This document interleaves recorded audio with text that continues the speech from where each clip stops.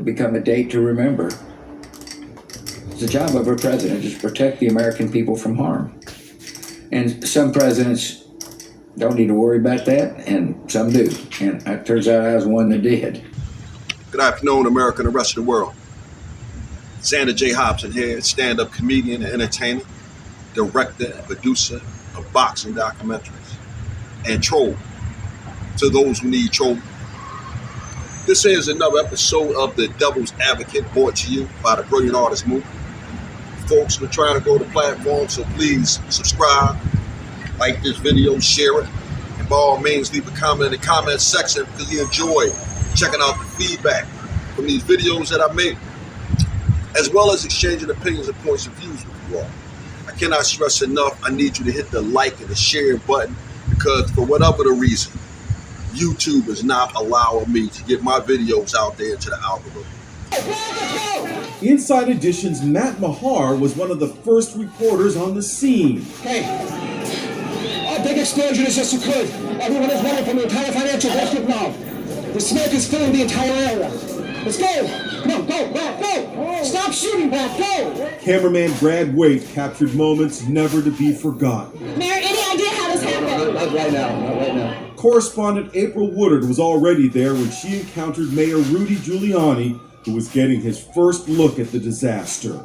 As you can see, there's debris all over. It looks like it's snowing out here in downtown Manhattan.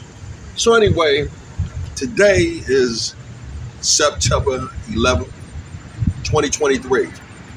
Approximately 22 years after terrorists flew airplanes into the World Trade Center. That was probably one of the darkest moments in America since Pearl Harbor. The true story of 9/11 was a total, absolute collapse of authority. I turn, Mr. Vice President, sir, we got a bogey 8 miles out, low and fast, inbound to the White House. He goes, Dom, do we have an asset that can take a shot at him? Do I have anything over Washington, D.C. we can engage him with? The Pentagon asks for an unimaginable authority. Can we shoot down a commercial airliner full of Americans over American soil? Secret Service and I are going 7, 6, 5. He goes, Don, I'll authorize an over-the-horizon shot. You got a radar-guided missile over Baltimore, and you can lock onto him. Shoot him. Now, believe it or not, 9/11 marked the fall of an empire. That empire being the United States of America, because a lot of things happened going into 9/11, and the things that happened after 9/11 helped those shakers and bakers who moved the world, but specifically that moved the United States. It helped them run this country into the ground. Going into the 2000s, the United States was under the Clinton administration in the 1990s. Now, at this time, the United States had a huge surplus of money. We were not in debt like we are now. Then there was a controversial election that George W. Bush won, and a lot of people thought that he should not have been the president. With the country divided, something happened. Terrorists flew airplanes into the World Trade Center, and that galvanized the United States of America. And everyone who didn't support Bush got behind him 10 toes down. Holy shit! Holy shit!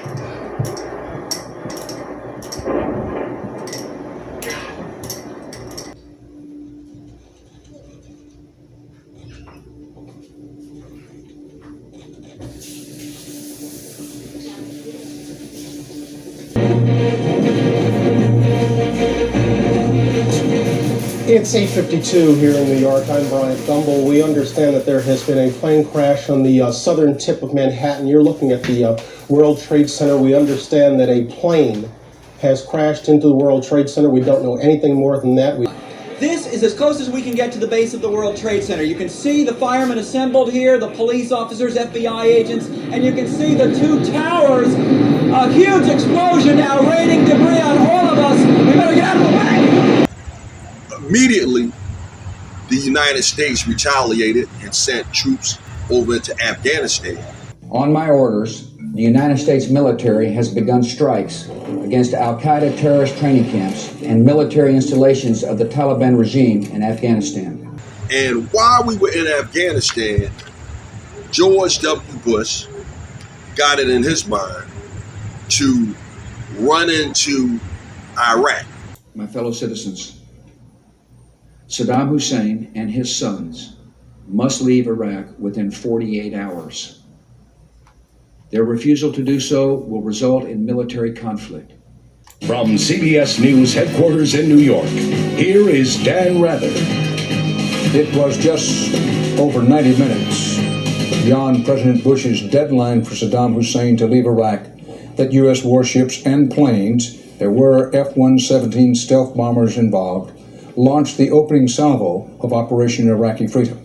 The attack came in waves, cruise missiles, followed by the F-117 stealth bombers with so-called bunker-busting bombs.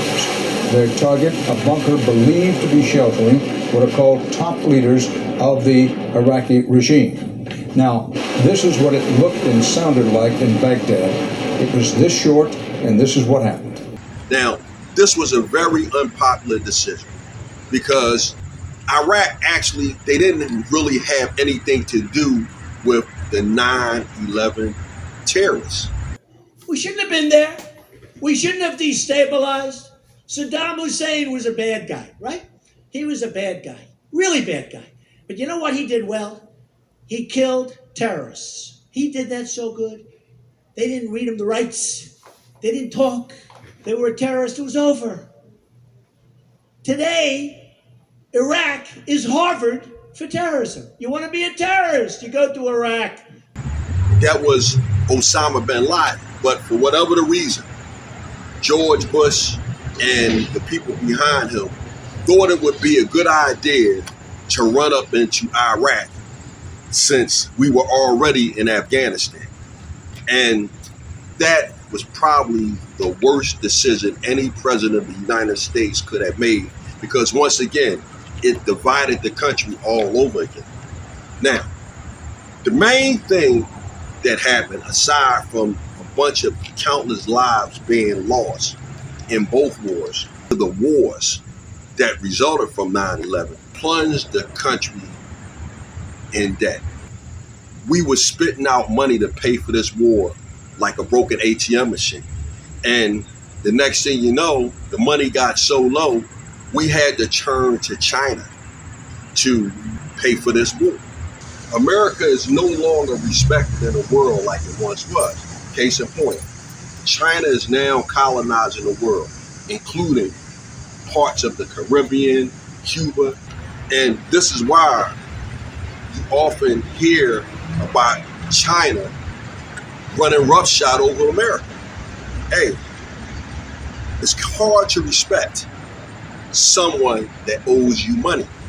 Same thing with the Russians. They attacked the Ukraine, and the United States made some comments, and Putin was pretty much like, shut the hell up.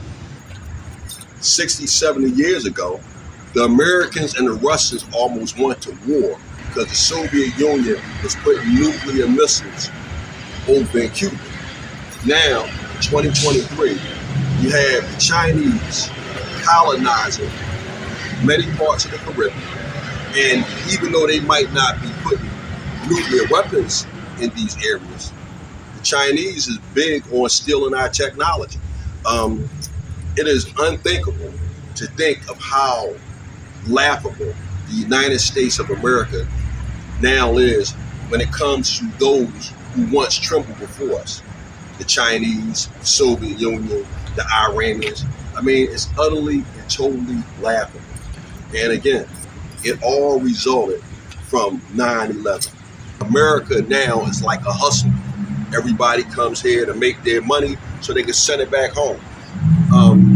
You had the rise of countries like Dubai, South Africa, and a lot of other countries around the world that came up because while America was busy playing bodyguard for the world, the rest of the world, places like Japan, places like China, places like South Africa, and a lot of other countries around the world, they were able to stack their chips and build their economy. A strong army is an army that protects its borders and stays out in the field. But if an army has to go to the field, the army should try to wrap that war up as soon as possible, because if the war isn't wrapped up in a minimum amount of time, no matter how good the army is doing in the field, it's going to start to put a drain on the economy. And that's what happened to America. Now, the American economy, no matter what people get on the news and say, America is in trouble. So this is what I was thinking about on 9/11. I certainly know where I was and what I was doing on 9/11. And when I thought about 9/11 this morning, I just thought about how you had individuals who drove this country into the ground. So that said, I'm done with it. Bam!